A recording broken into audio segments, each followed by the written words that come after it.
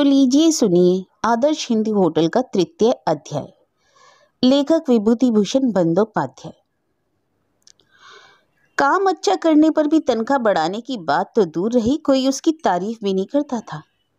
हजारी को सब पग पग पर नीचा ही दिखाते हैं। कभी कभी तो हजारी का मन होता कि जदू बाबू के होटल में काम कर ले, लेकिन इसका क्या ठीक है कि वहां भी कोई ऐसा नहीं होगा। वहां भी तो किसी पद्दोमहरी के आ जुटने में देर ना लगेगी। तो फिर क्या किया जाए? बेला ढलाई, अब और नहीं बैठा जाता। बहुत पाप किए बिना कोई होटल में रसोईदारी करने नहीं आता। अभी जाकर देगची ना चढ़ा देने से पद्दो मेरी 4 गंडा बातें सुना देगी। अब तक चूल्हे में आग सुलग गई होगी, लेकिन लौटते हुए जाने क्या सोचकर वह कुसुम के यहाँ चला गया। कुसुम ने आसन बिछाकर कहा, आइए बाबा ठाकुर आइए, बड़े भाग बेवक्त आपके पैरों की धूल पड़ी। हजारी ने कहा, देखो कुसुम, मैं तुमसे एक सलाह लेने आया हूँ। उत्सुकता भरी आंखों से उनकी ओर देखकर कहा, क्या बाबा ठाकुर? मेरी उम्र तो जरूर 46 की होगी है, लेकिन मैं इतनी उम्र का लगता नहीं हूँ। तुम्हारा क्या ख्याल है? अभी मुझ में काम करने की काफी ताकत है ना? हजारी की बात का रुख किस और है यह ना समझ पाने के कारण कुछ अचरज और कुछ कौतूहल भरे स्वर में कुसुम ने कहा, हाँ बाबा ठाकुर, यह तो है। आपकी उम्र अभी इतनी क्या है? कुसुम के मन में एक बात सिर उठाने लगी कि कहीं बाबा ठाकुर फिर शादी ब्याह की बात तो नहीं सोच रहे। हजारी ने कहा, कुसुम, मेरा बड़ा मन है कि मैं अपने नाम से एक होटल खोलूं। अगर कभी पैसों का इंतजाम कर सका तो यह काम मैं जरूर करूंगा, तुम पक्का समझो। दूसरों की झाड़ खाकर अब काम करने का मन नहीं होता। मैं 10 साल से होटल में काम कर रहा हूँ। हाट बाजार किस तरह होता है, किस तरह किया जाता है, मैंने सब अच्छी तरह सीख लिया। हाट बाजार का काम मैं चक्रवर्ती जी से भी अच्छा कर सकता हूँ। अगर मैं हर हाट के दिन माखमपुर के हाट से तरी तरकारी खरीद लाऊं तो राना घाट के हाट के मुकाबले में रुपया में 4 आने की बचत हो जाएगी। होटल के रोजगार में यह मामूली फायदा नहीं है। हाट बाजार करने में ही होटल का आधा मुनाफा है।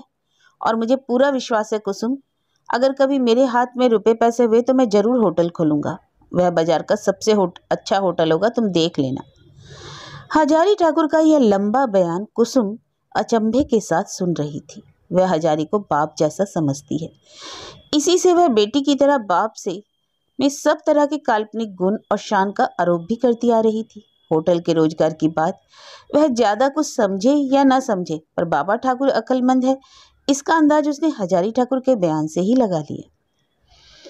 कुछ देर बाद उसने जाने क्या सोचकर कहा, मेरे पास एक जोड़ा कंगन था। पिछले साल लड़के की बीमारी में उसमें से एक मैंने बेच दिया, एक अभी बच रहा है। बेचने पर 60-70 रुपए मिल जाएंगे।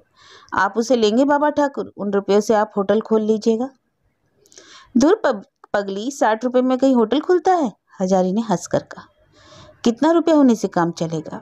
200 रुपए से तो कम कभी होगा ही नहीं, बल्कि उतने में भी नहीं होगा। अच्छा हिसाब लगा कर देखिए ना बाबा ठाकुर। अरे हिसाब क्या लगाना, वह तो मैं जबानी बता सकता हूँ। समझो 2 बड़ी और 3 छोटी देगचियाँ, थोड़े से थाली बर्तन, कलछुन, चिमटा, सड़सी, चम्मच, चाय के बर्तन, बाहर गद्दी वाले कमरे के लिए एक चौकी, बिछावन, तकिया, कत्थई रंग की 2 भैया, बाल्टी, लालटेन, चकला, बेलन। यह सारा साज सामान खरीदने में ही तो 200 रुपये उठ जाएंगे। 5 दिनों का बाजार खर्च हाथ में रखकर काम शुरू करना होगा। नौकर बावन की तनख्वाह 2 महीनों की तनख्वाह हाथ में रखनी होगी। अगर पहले 2 महीने कुछ आमदनी ना हुई तो उनकी तनख्वाह कहाँ से दी जाएगी? खैर यह सब छोड़ो, मैं तुम्हारे रुपए क्यों लेने जाऊं? कुसुम ने दुखी स्वर में कहा, मेरे पास होते तो क्या आप लेते नहीं? अगर वे रुपए ब्राह्मण के काम आ जाएं तो इनकी खुशकिस्मती होगी बाबा ठाकुर। लेकिन वैसी किस्मत होती तब ना उतने रुपए होते मेरे पास। जब नहीं है तो मैं यह बात कैसे कहूँ? जो भी हो, अगर कभी आपको उनकी जरूरत पड़े तो अपनी बेटी को बताइएगा। हजारी उठ खड़ा हुआ। यहाँ ज्यादा देर बैठकर काम ना चलेगा, उसने कहा। नहीं रे कुसुम, उससे भला क्या होगा, अब मैं चलूं? कुसुम ने कहा, मुंह में कुछ डाले बिना, बेटी के घर से कैसे चले जाइएगा बाबा ठाकुर? जरा देर बैठिए, मैं आती हूँ। कुसुम इतनी तेजी से कमरे से बाहर निकल गई कि हजारी को मना करने का मौका भी नहीं मिला। जरा देर बाद ही कुसुम ने आकर एक आसन बिछा दिया और हाथ में जमीन पहुंचकर चली गई। फिर तुरंत ही एक कटोरा दूध और एक रकाबी में कटा हुआ पपीता, आम की फाक और 2 संदेश रखकर ले आई। यह सारा सामान आसन के पास जमीन पर रखकर उसने कहा, थोड़ा जलपान कर लीजिए। आइए बैठिए, मैं पीने के लिए पानी लिए आती हूँ। हजारी आसन पर जा बैठा। कुसुम एक झकाझक साफ शीशे के गिलास में पानी ले आई और उसे रकाबी के पास रखकर खड़ी रही। खाते खाते हजारी को उस दिन के मांस की याद आ गई। कुसुम उसे इस तरह जानती मानती है जैसे अपनी बेटी हो। उसी के लिए रखा गया मांस पद्महरी के चलते चक्रवर्ती के गांजाखोर साले को खिला देना पड़ा। गुलामी का यही तो दुख है। हजारी ने कहा, कुसुम बेटी तू मेरी बिटिया जैसी है। कुसुम, बेटी जैसी क्यों बाबा ठाकुर, मैं आपकी बेटी हूँ। हाँ कुसुम, तू सचमुच मेरी बेटी है। बेटी ना हो तो बाप का इतना ख्याल कौन रखे। ख्याल ख्याल मैंने क्या रखा है, ऐसा भाग्य क्या भगवान ने मुझे दिया है, इसी को ख्याल रखना कहते हैं। कतरी बिछाकर सोते हैं ना बाबा ठाकुर। सोता नहीं तो क्या रे, सोते समय रोज तेरी याद आती है। मनी मन सोचता हूँ इसे कुसुम ने दिया है। फटी हुई चटाई की सीके गड़ गड़ कर पीठ में दाग छोड़ जाती थी। अब कतरी बिछाकर आराम से सोता हूँ। आप भी कैसी बातें करते हैं। नहीं नहीं, संदेश दोनों खा लीजिए, आपके पैरों पड़ती हूँ, उसे आपको छोड़ने नहीं दूंगी। कुसुम बेटी, मैं तुम्हारे लिए रखे बिना कैसे कुछ खा सकता हूँ, यह तुम्हारे लिए रख छोड़ता हूँ। कुसुम शर्मा कर चुप हो गई। हजारी आसन से उठा तो बोली, बाबा ठाकुर मेरा वह कंगन आपके लिए रखा हुआ है, आप जब भी जरूरत पड़े बेटी समझ के जरूर लीजिएगा। उस दिन होटल में लौटकर हजारी ने देखा लगभग 15 सेर या आधा मन मैदा नौकर और पद्महरी मिलकर गूंथ रहे हैं। बात क्या है, इतने मैदे की पूड़ियां कौन खाएगा। पद्महरी ने आवाज में थोड़ी कड़वाहट मिलाकर कहा, हजारी ठाकुर तुम्हें जो खाना वाना बनाना हो पहले से बना लो और उसके बाद ये पूरियां उतार लेनी होंगी। आचार्य मोहल्ले के महादेव घोषाल के यहाँ खाना जाएगा, वे लोग ऑर्डर दे गए हैं। 9:30 बजे के अंदर उन्हें खाना मिल जाना चाहिए, समझे। हजारी ठाकुर की तो जैसे बोलती बंद हो गई। उसने कहा, 9:30 बजे के पहले इस आधा मन मैदे की पूरियां उतार लूंगा और फिर होटल का खाना भी पकाऊंगा। तुम भी क्या कहती हो पद्दो दीदी, यह कैसे होगा। रतन ठाकुर से कहूँ ना पूरियां सेक ले, मैं होटल का खाना बना लूंगा। पद्महरी तो आंख तरेरे बिना बात ही नहीं करती। वह तेज होकर झनकती हुई बोली, तुम्हारी मर्जी या खुशी, यहाँ काम नहीं चलेगा, मालिक का हुक्म है। वे मुझसे जो कह गए हैं वह मैंने तुमको बता दिया। वे बड़े बाजार गए हैं, लौटने में रात हो जाएगी। अब तुम्हारी मर्जी, करो ना करो। मतलब यह है कि बिना किए छुटकारा नहीं। लेकिन इन लोगों के इस अन्याय पर हजारी की आंखें छलछलाईं। खालिस अन्याय के सिवा यह और कुछ नहीं। रतन ठाकुर से ये लोग मामूली खाना आसानी से बनवा ले सकते थे, लेकिन ऐसा होने पर पद्महरी को खुशी ना होती। वह पद्महरी की कैसी जहरीली आंखों का शिकार बना है, उसे नीचा दिखाने का कोई मौका वह नहीं छोड़ती। आग की भयानक गर्मी में झुलसते हुए रतन ठाकुर के साथ रोज दिन का खाना बनाने में ही 9 बज गए। इसके बाद पद्महरी पूरियां उतारने का काम शुरू करने के लिए जोरदार तकाजा करने लगी। पद्दो खुद काम नहीं करना चाहती, वह ग्राहकों के खाने पीने की देखभाल करने चली गई। उस पर आज हाट का दिन था, व्यापारी ग्राहक बहुत थे। रतन ठाकुर उनके लिए खाना परोसने लगा। हजारी एक चीलम तंबाकू पीकर फिर पूरियां उतारने बैठ गया। आधा घंटा बाद, जबकि 5 सेर मैदे की पूरियां भी नहीं उतरी थी, पद्महरी ने आकर कहा, ओ ठाकुर पूरियां हो गई, वहां के लोग लेने आए हैं। हजारी ने कहा, नहीं अभी नहीं हुई पद्दो दीदी, कहो कि थोड़ी देर बाद आए। थोड़ी देर बाद आने से कहने से कैसे काम चलेगा। वे लोग कह गए हैं कि 9:30 के पहले उनका खाना तैयार कर देना होगा। मैंने ये बात तुमसे नहीं कही थी। कहने से क्या होगा पद्दो दीदी, आधा मन पैदा क्या मंत्र के जोर से पक जाएगा। 9 बजे तो मैंने चूल्हे में की आग में आहुति डाली है, पूछ लो मोती से। मैं ये सब नहीं जानती। अगर वे लोग अपना ऑर्डर वापस लें तो मालिक से तुम फैसला करना। तुम्हारी तनख्वाह में से आधा मन मैदा और 10 सेर घी का दाम 1 महीने में तो वसूल होगा नहीं, 3 महीनों में वसूल करना होगा। हजारी ने सोचा बात बढ़ाने से कोई फायदा नहीं। वह चुपचाप पूरियां उतारने लगा। धोखाधड़ी की हजारी की आदत नहीं है। वह काम करने लगता है तो सोचता है कि काम करते रहना ही उसका नियम है, कोई देखे या ना देखे। पूरी को घी में डुबोकर तुरंत निकाल लेने से काम तो बेशक जल्दी निपट जाएगा, लेकिन वैसा करने से पूरियां कच्ची रह जाएंगी। इसी से वह धीरे धीरे समय लगाकर पूरियां तलने लगा। पद्महरी ने एक बार कहा था, इतनी देर तक घी में से क्यों उतारते हो ठाकुर, इतनी देर तक घी में डुबाए रखने से पूरियां कड़ी पड़ जाएंगी। एक बार तो हजारी के मन में आया कि कह दे, उसे पद्महरी से खाना बनाना नहीं सीखना। घी में डुबाए रखने से पूरी नरम होती है कि कड़ी है उसे अच्छी तरह मालूम है, लेकिन तभी उसकी समझ में आ गया कि पद्महरी यह बात क्यों कर रही है। जलने के बाद 10 सेर घी जो बचा रहेगा पद्महरी के हिस्से में आएगा। और वह छिपाकर उसे घर ले जाएगी। पद्दोमेरी के मामले में तो मालिक भी अंधे बन जाते हैं, देखकर भी नहीं देखते। हजारी ने सोचा, इन सब जुआ चोरियों की वजह से ही तो होटल की बदनामी होती है। ग्राहक पैसे देकर कच्ची पूरियां क्यों लेगा? 10 सेर घी का दाम तो उन लोगों से ले लिया गया है, फिर उसमें से बचाने की क्या जरूरत है? हमें तो यहाँ यही देखना है कि उनकी चीज बढ़िया बने। उन्होंने 10 सेर घी का इंतजाम इसलिए तो किया नहीं कि उसे पद्दोमेरी घर ले जाए। अगले ही क्षण वह फिर सपनों में खो गया। इसी रेल बाजार में वह होटल खोलेगा, अपना खुद का होटल। उसमें धोखाधड़ी की बात न रहेगी। ग्राहक जिस चीज का ऑर्डर देगा उसमें से वह चोरी ना करेगा। रोजगार चलता है ग्राहक को संतुष्ट करके। वह अपने हाथ से खाना बना खिलाकर ग्राहकों को संतुष्ट रखेगा। यह चोरी चकारी में ना पड़ेगा। कढ़ाई के घी में बुलबुलों में हजारी ठाकुर मानो अपने भावी होटल की तस्वीर देख रहा था। घी के हर एक बुलबुले में पद्दोमेरी वहां नहीं है। बेचू चक्रवर्ती का गांजाखोर साला भी नहीं है। बाहर गद्दी वाले कमरे में खासी सफेद चादर बिछी है। जब तक जी चाहे ग्राहक वहां आराम करें। तंबाकू पीने की मर्जी हो पिए।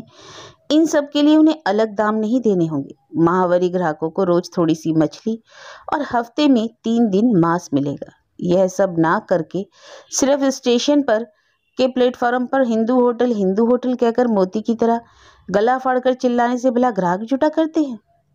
पद्दोमेरी ने आकर पूछा, पूरियां हो गई? जरा तेजी से हाथ नहीं चला सकते? बाबुओं के यहाँ का आदमी बैठा हुआ है।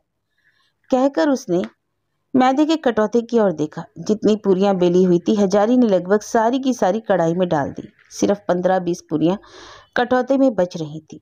पद्दोमेरी को आता देखकर मोती जल्दी जल्दी हाथ चलाने लगा। पद्दोमेरी ने कहा, तुम्हारा हाथ नहीं चल रहा है ना? अभी भी 10 सेर मैदा बाकी पड़ा है। इस तरह बेलने से कब तक पूरियां उतरेंगी? हजारी, पद्दो दीदी, अकेले ये पूरियां बेलते उतारते तो रात के 11 बज जाएंगे। बेलने के लिए तुम एक और आदमी दो ना। पद्दोमेरी ने सिर हिलाकर कहा, मैं झटपट तुम्हारे लिए बेलने का आदमी कहाँ से ले आऊं? अरे मेरे बाबू रे, तुम्हारी मर्जी हो पूरियां उतारो, ना मर्जी हो मत उतारो। अगर उन लोगों को खाली हाथ लौटना पड़ा तो मालिक से तुम ही समझ बूझ लेना। और कहकर पद्दोमेरी चली गई। मोती ने कहा, ठाकुर तुम पूरियां तल कैसे सकोगे? पूरियां जलेंगी नहीं। गुथा हुआ इतना मैदा मैं बेलूंगा कब तक, बताओ तो। इसके बाद घंटे भर तक हजारी ने कुछ और नहीं सोचा, कुछ नहीं देखा। देखी सिर्फ पूरी की कढ़ाई, खौलता हुआ घी, मैदे की गुथी हुई ढेरी और तली हुई लाल लाल पूरियों का अंबार, जिसमें से गर्म घी टपक रहा है। आग की भयानक दाह कमर और पीठ टीस मार रही है। पसीने से अंगोछा और कपड़े भीग गए। एक चिलम तंबाकू पीने की मोहलत भी नहीं मिल रही। सिर्फ कच्ची पूरियां कढ़ाई में डालना और तली हुई पूरियां से घी झाड़कर उसे पास की डलिया में रखना। रात के 10 बज गए। मुर्शिदाबाद वाली गाड़ी के आने का वक्त हो गया। मोती ने कहा, मैं एक बार स्टेशन हुआ हूँ ठाकुर जी, गाड़ी का वक्त हो गया। ग्राहक ना लाने पर कल मालिक से मार खानी पड़ेगी। एक बीड़ी पीकर जाता हूँ। बात ठीक ही है। वह थोड़ी देर पर स्टेशन पर हिंदू होटल कहकर चीखे चिल्लाएगा। मुर्शिदाबाद वाली गाड़ी के आने में सिर्फ 15 मिनट रह गए हैं।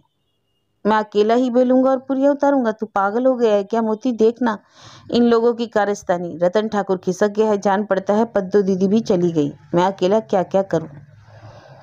मोती, पद्दो दीदी तुम्हें फूटी आंख नहीं देख पाती। किसी से कहना मत ठाकुर, यह सब उसी का किया धरा है। उसने तुमको नीचा दिखाने के लिए ही ऐसा किया। मैं जाऊं नहीं तो मेरी भी नौकरी नहीं बचेगी। मोती चला गया। कम से कम 5 सेर गुथा हुआ मैदा अब भी बच रहा है। लगभग 1.5 सेर की लोइयां भी हैं। हजारी ने गिनकर देखा, 16 गंडा लोइयां हैं। नामुमकिन। अकेला एक आदमी रात 11 बजे से पहले किस तरह बेलने और तलने का काम कर सकता है? जाते वक्त मोती जो बीड़ी दे गया अभी तक खत्म नहीं हुई। इसी समय पद्दोमेरी ने झांक कर देखा। अरे तुम्हें तो बीड़ी पीने की फुर्सत नहीं है ठाकुर, और उधर बाबुओं के आदमी बैठा 2 बार आकर लौट गया। मैंने तो तभी कह दिया था यह हजारी ठाकुर के बूते का काम नहीं। मैं कहती हूँ बीड़ी फेंक कर काम में हाथ लगाओ। रात अब बची ही कितनी है?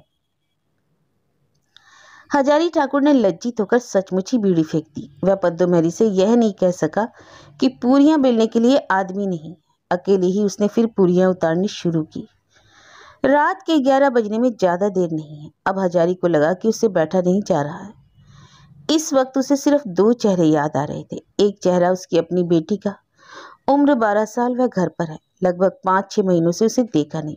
और दूसरा चेहरा कुसुम का है।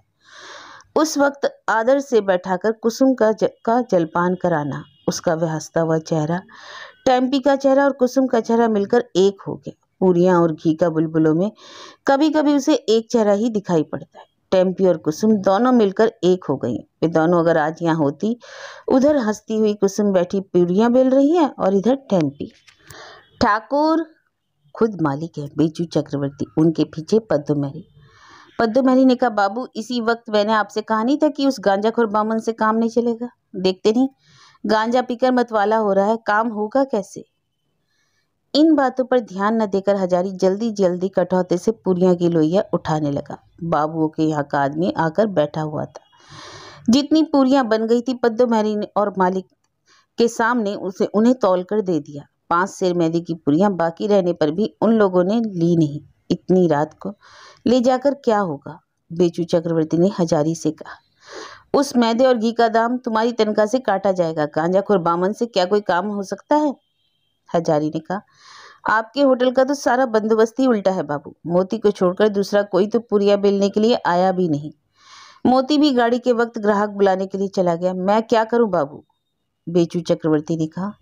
यह सब मैं नहीं जानता ठाकुर, उसका दाम तो तुम्हें देना ही होगा। ग्राहक अपना ऑर्डर वापस ले ले तो उस माल का नुकसान मैं अपने पल्ले से नहीं दे सकता, वह भी गुथे हुए और लोई कटे मैदे का दाम। हजारी ने सोचा, ठीक है, अगर उसे इन चीजों को देना ही है तो पूड़ियां बनाकर वह खुद खाएगा और ले लेगा। रात 11:30 बजे तक खटकर और मोती को कुछ हिस्सा देने के लालच देकर उसने पूरियां बिलवाई और सारी मैदे की पूरियां उतार ली। मोती अपना हिस्सा लेकर चला गया। पद्दूमैरी ने झांक कर कहा, अभी तक बैठे पूरियां ही उतार रहे हो, थोड़ी थोड़ी मुझे भी दे दो। कहकर खुद ही अंगोछा बिछाकर उसने 20-25 गरम गरम पूरियां ले ली। हजारी मुंह खोलकर उसे मना नहीं कर सका, उसकी हिम्मत ही नहीं हुई। बहुत रात बीते सोते से उठी कुसुम ने आंखें मलते मलते देखा कि हाथ में एक बड़ी सी गठरी लिए हजारी ठाकुर खड़े हैं। उसने अचरज से पूछा, क्यों बाबा ठाकुर इतनी रात को कैसे आए। हजारी बोला, इसमें पूरियां हैं कुसुम बेटी। होटल वालों ने ग्राहक की पूड़ियां तलने को दी थी, बेलने वाला कोई आदमी था नहीं। आखिर ग्राहक ने 5 सेर मैदे की पूड़ियां नहीं ली। मालिक ने कहा, उसका दाम मुझे देना होगा। ठीक है, मुझे दाम देना होगा तो मैं ही ले लूं। इसी से मैंने कहा तुम्हें दे आऊं। कुसुम को तो मैं कभी कुछ दे नहीं पाता। रात बहुत बीत गई है, शायद तुम सो गई। लो बेटी, ये गठरी रख लो। कुसुम ने हजारी के हाथ से गठरी ले ली। वह चक्कर में पड़ गई, बाबा ठाकुर कहीं पागल तो नहीं हो गए। इतनी रात को जब उसकी एक नींद भी पूरी हो चुकी थी, पूरियों की गठरी लेकर आ रहे हैं। हजारी ने कहा, मैं चलूं बेटी, पूरियां गर्म और ताजा हैं, अभी अभी मैंने तली हैं। तुम थोड़ी सी अभी खा लो, कल सवेरे बासी हो जाएंगी। बच्चों को भी दे दो, अभी रात हुई कितनी है, 12:30 बजे से ज्यादा ना होंगे। होटल में लौटकर हजारी ठाकुर ने एक दुस्साहस का काम किया। मोती पहले ही सो गया था। उसको जगाकर हजारी ने कहा, मोती, मैं रात के 3 बजे की गाड़ी से घर जा रहा हूँ। इतनी पूरियों का क्या होगा, जाकर घर वालों को दे आओ। तुम तो हो ही, मैं कल 10 बजे की गाड़ी से लौटकर खाना बनाऊंगा, मालिक से कह देना। मोती ने घबरा कर कहा, इतनी रात को तुम पूरियां लेकर घर जाओगे। हाँ, आखिर इतनी पूरियां का क्या करूंगा, यहाँ रहने पर कल सवेरे जो सो खाएगा। अपनी चीज में अपने ही घर दे आऊं, घर पर बाल बच्चे हैं, उनको खाना नहीं मिलता, उन्हें दे आऊं, कुल 6 पैसों का तो खर्च है। उसके बाद हजारी सोया नहीं। टेम्पी के लिए उसका मन जाने कैसा होने लगा। जैसी कुसुम वैसी ही टेम्पी। 2 छोटे छोटे लड़के हैं, उनके मुंह से छीनकर इतनी पूरियां पद्दूमैरी और मालिक के घर वालों को खिला देने में कोई फायदा तो नहीं। रात 3:30 बजे सनाटपुर स्टेशन पर उतरकर हजारी ने अपने घर का रास्ता पकड़ा और 3:30 कोस चलकर सवेरा होने के बाद ही वह अपने घर पहुंच गया।